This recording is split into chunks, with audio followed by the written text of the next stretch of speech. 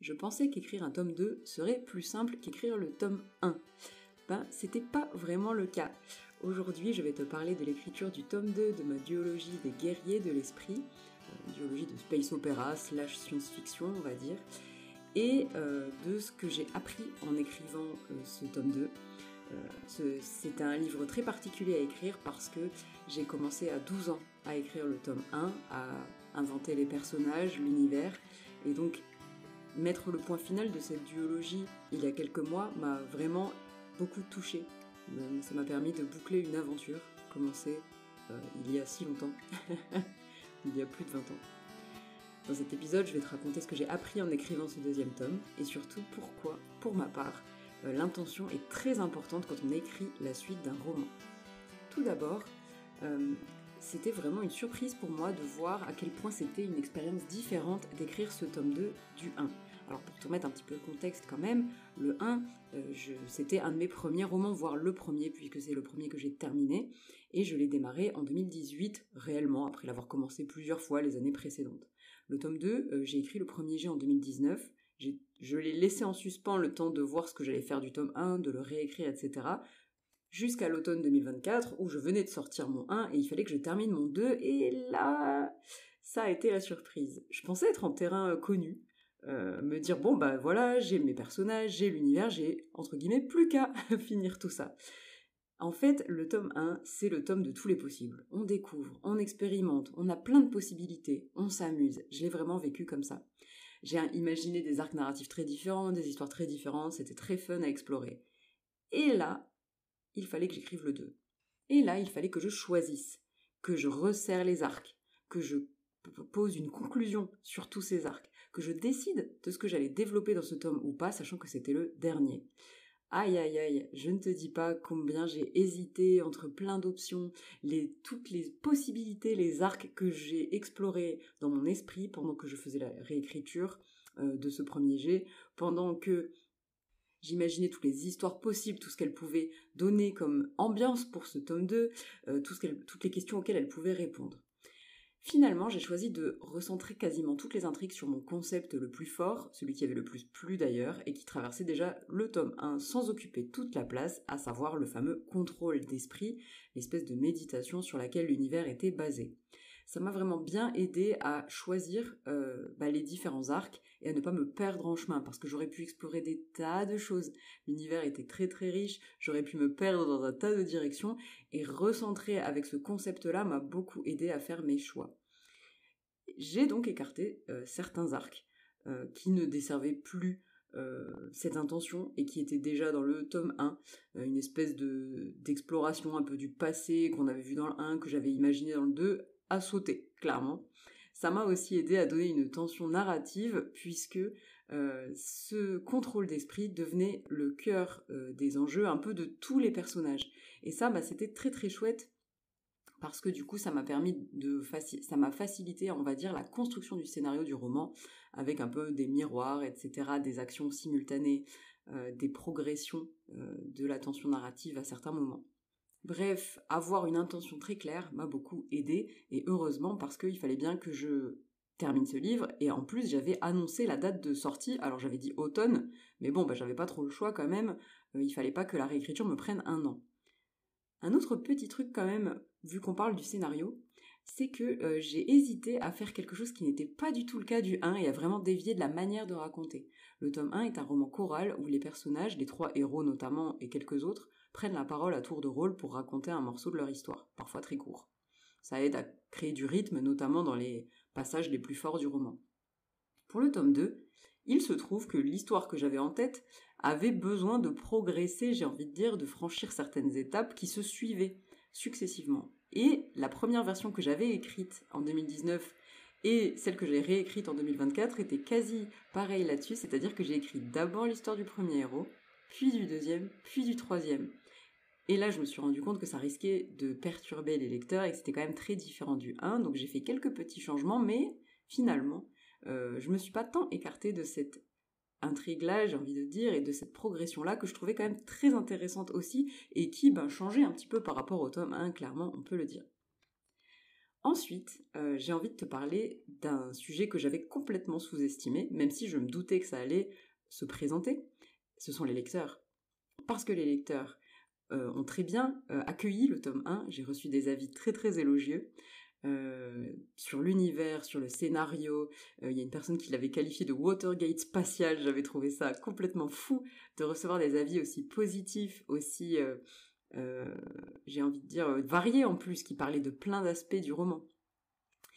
Et donc c'était une motivation, clairement, à la sortie du 2 et à donner le meilleur de moi-même et à apporter un super tome encore différent du 1 qui explore les possibilités du 1 sans décevoir. Tu me vois venir, ça fait une certaine pression aussi.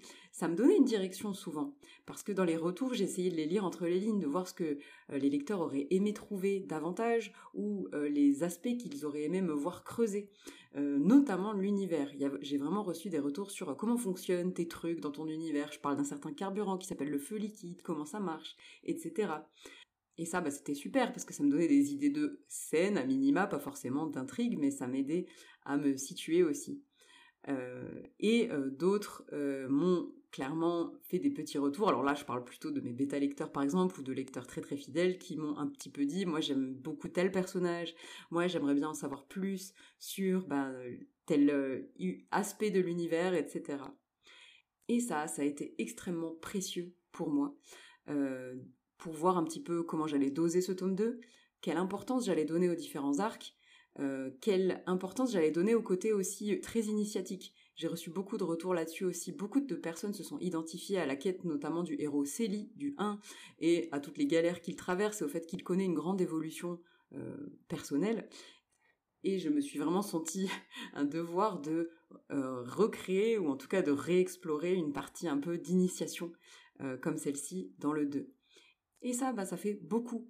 Et heureusement, l'intention était là pour m'aiguiller et faire le tri dans tout ça. Et ce que je ne t'ai pas encore dit, que je trouve quand même assez intéressant, c'est qu'il y a eu vraiment du coup une évolution énorme entre les deux écritures du tome 2, celle de 2019 et celle de 2024.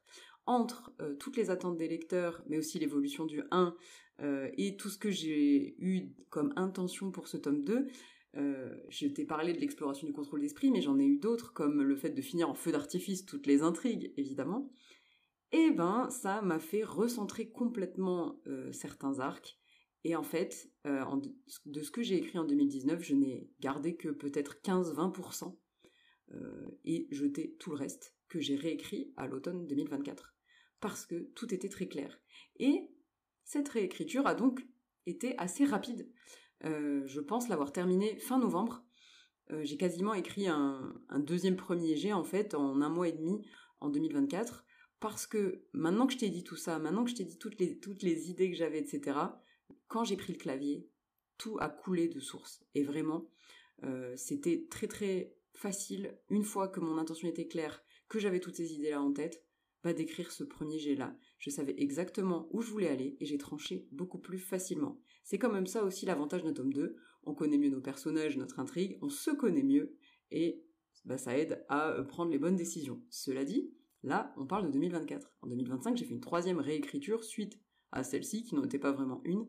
Et là, c'était encore plus intéressant parce que j'y ai consacré assez peu de temps, mais je l'ai faite en pointillé. J'en ai parlé très rapidement dans le podcast.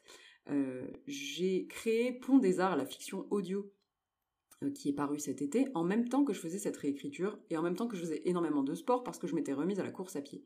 Et donc j'avais vraiment un fonctionnement un peu à fond sur la réécriture, un jour, le lendemain à fond sur la fiction audio, le lendemain à fond sur le sport. Et en fait, ça m'a beaucoup aidé finalement. Et Pont des Arts n'a tellement rien à voir avec cette réécriture que quand je me mettais dessus, j'avais presque la tête froide, comme si j'avais pris une semaine de pause. Et en dehors de cet aspect organisationnel, il y a quand même un sujet technique, c'est-à-dire que mon expérience m'a fait gagner énormément de temps. J'ai mis plusieurs années à écrire et réécrire le 1, j'ai mis plusieurs mois à écrire et réécrire le 2, et je ne te parle pas de la publication où c'était encore plus rapide, peut-être 5 fois moins de temps pour le 2 que le 1. On a plus de recul, on arrive mieux à voir ce qui cloche dans une partie, dans un chapitre, sur une page, etc. On pense qu'on a galéré pour rien sur plein d'aspects du 1, parce que c'est clairement ça mon ressenti sur le 1, mais en réalité, tout ce que j'avais appris m'a propulsé pour le suivant. Et évidemment, cet aspect un peu timing m'a énormément aidé, j'avais un peu pas le choix finalement que de trancher à certains moments, et j'avais aussi des lecteurs du 1 sous la main, notamment ma bêta lectrice Lorraine, avec qui débriefer, à qui évoquer mes pistes, etc., pour trancher aussi plus facilement lorsque je faisais notamment la réécriture.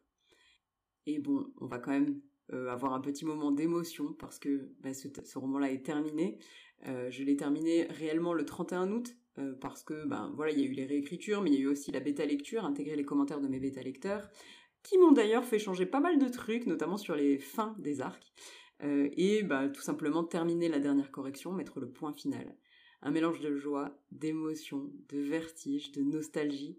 Le fait de ne pas avoir pu procrastiner aussi et de terminer comme ça très très vite, alors que le 1, j'avais vraiment pris tout mon temps. Un côté un petit peu effrayant presque de se dire maintenant ça y est, c'est fini. Et j'ai donc dit au revoir à ces personnages qui m'accompagnaient depuis l'enfance. Je pense notamment à Eliency.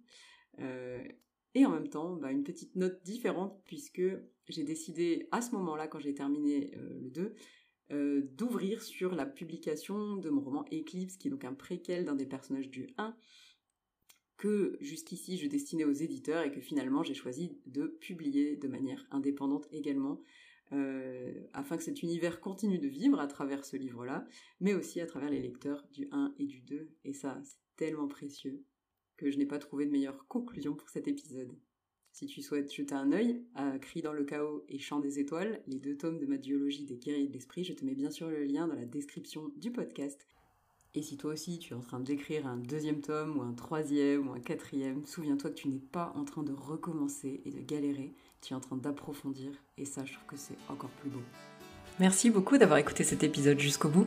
S'il t'a plu, tu peux me laisser une note sur Apple Podcast ou Spotify, ça m'aidera énormément à faire connaître le podcast.